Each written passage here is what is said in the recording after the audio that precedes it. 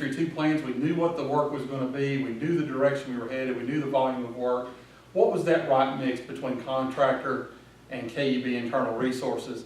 And as we took a look at that mix, we wanted to strike a balance and achieve some objectives. One was to retain critical knowledge and skills. Obviously, as our workforce is becoming more mature, getting opportunities to retire and leave KUB, we wanted to be sure that the next generation of KUB workers had that same level of knowledge about our systems in order to run KUB and run it well for years to come.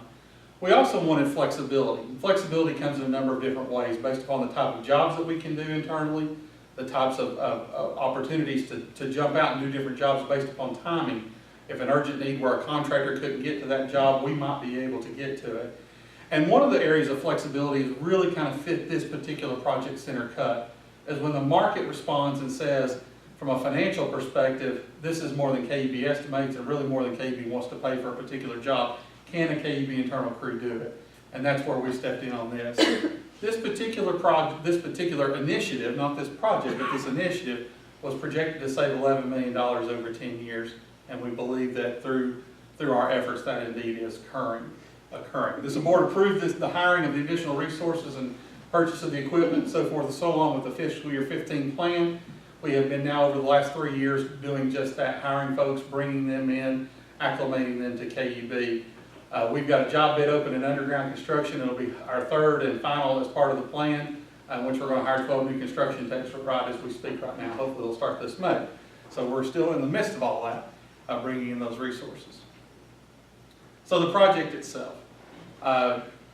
It's slated to last 5 months. It's supposed to start this fall, winter time frame. Because the city obviously is going to come in, they're going to do road work, they're going to do some more new sidewalks, going to do vegetation, beautification for redevelopment of that area. We've got to get done before they start. So we needed to get in and get out. So the schedule was for us to go for 5 months and get done in early April. We're going to replace right at 1,000 feet of natural gas pipe, right at 1,000 feet of water pipe, and 500 feet of wastewater pipe.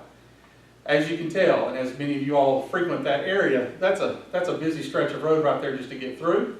It's a nice thoroughfare along with some really great businesses down there as well too. And so it took very close consideration working with those customers, with the city. There's a very large parking lot that serves that end of the downtown area for retail.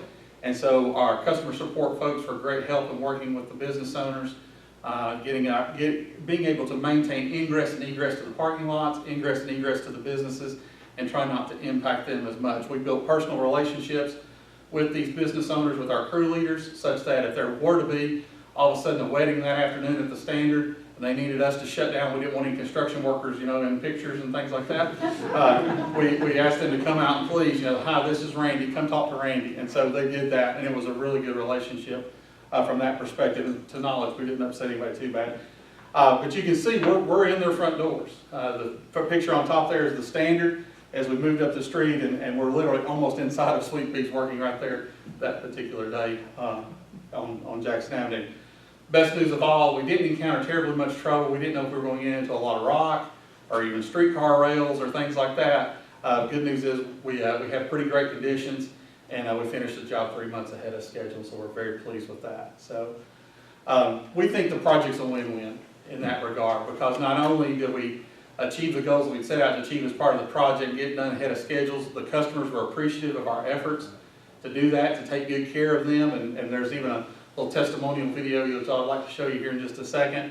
From a financial perspective, we had goals as it related to that workforce planning initiative.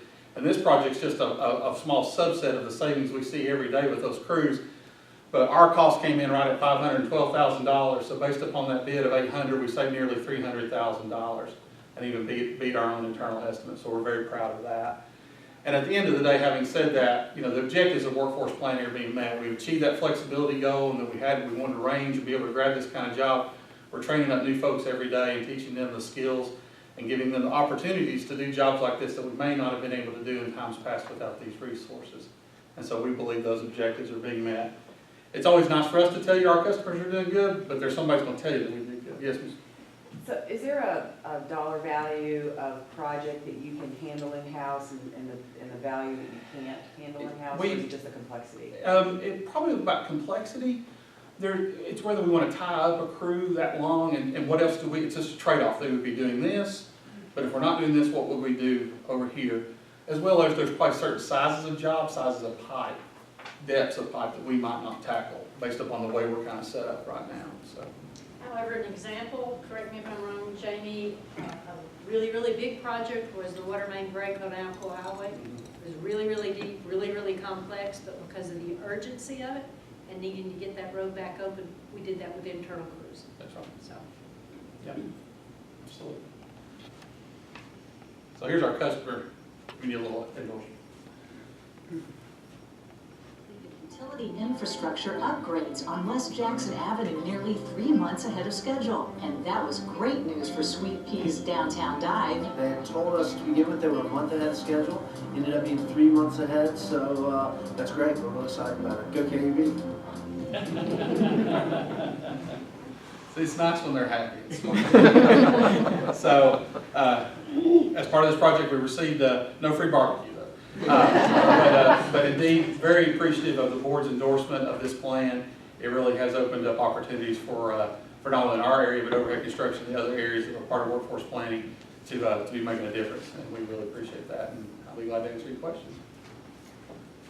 Is it success, does it kind of make you think we need to expand the program, or are we kind of in our sweet spot right now? We have grown tremendously, especially in underground construction. I'll speak to that alone.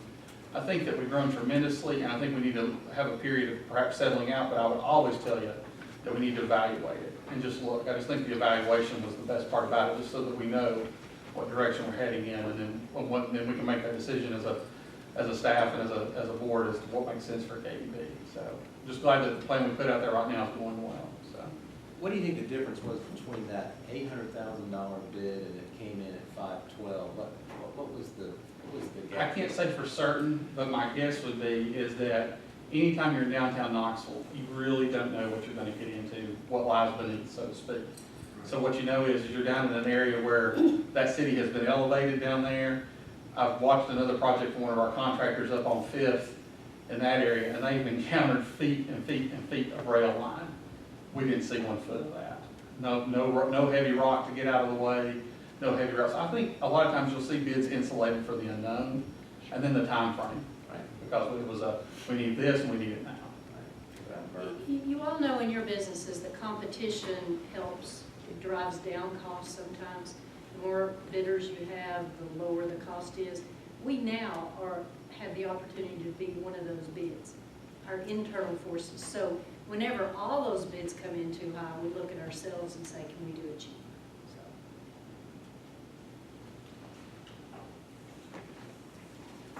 Okay, do we have any other business or comments from the commissioners or anyone else? I'd like to remind everybody that following the adjournment of this meeting, the board and staff will have a lunch session across the hall that's open to the public, and this meeting is now adjourned.